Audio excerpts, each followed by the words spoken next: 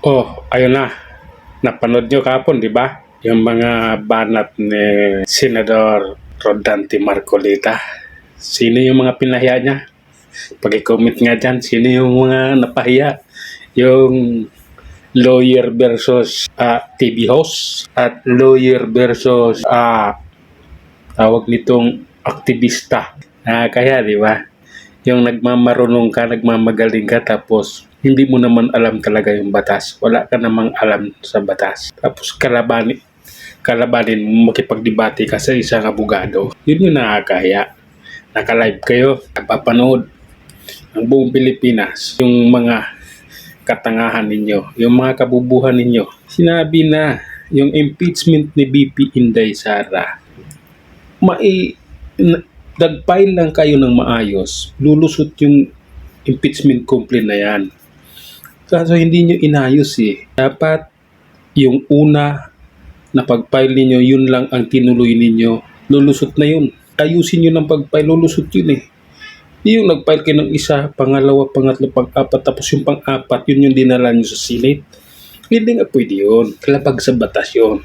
Labag sa Constitution yun. Tapos magagalit kayo. Ano bang sabi ng Supreme Court? Ayusin nyo lang. Pwede naman mag-impeach. Every year, isa lang ipapile mong impeachment complaint sa isang government official.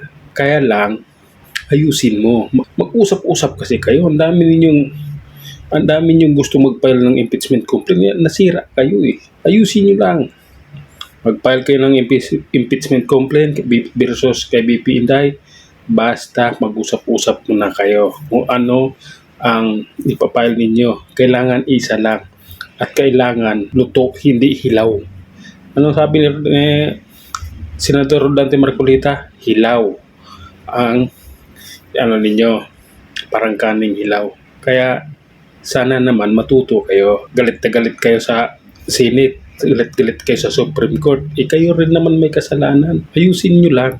Mag-usap-usap kayo, mag-meeting kayo para iisang impeachment complaint ang mangyayari, ang magagawa ninyo. Nang sa ganon ay lulusot. Hindi yung mag-file si Akbayan, mag-file si ganito, mag-file si ano ng ganito. Hindi po pwede yun. Anak ng toko, bububo nyo kasi, tatanga nyo. Kaya, ayan tuloy. Lulusot at lulusot yung impeachment complaint basta inayos, dininig ng maayos.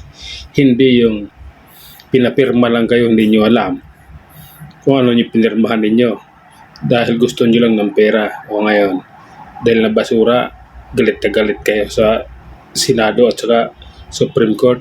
Mali yan. Baguhin ninyo pag-iisip ninyo.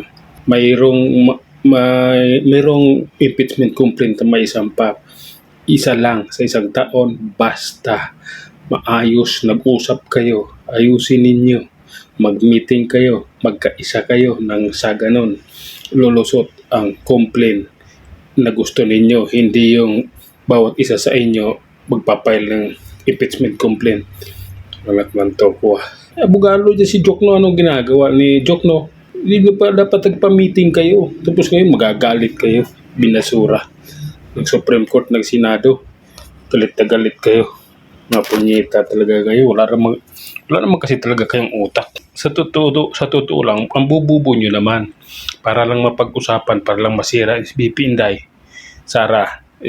Gusto nyo lang mapag-usapan. Pero pagdating sa utak, wala naman talaga kayong utak. Wala naman laman utak niyo, yung mga punyita kayo. Sus, papile-file ng complaint, tapos mag-iiyakan kayo pag na-reject. Putang ina nyo, magsitigil kayo. Nandito na lamang mga idol. Hanggang sa muli, maraming salamat.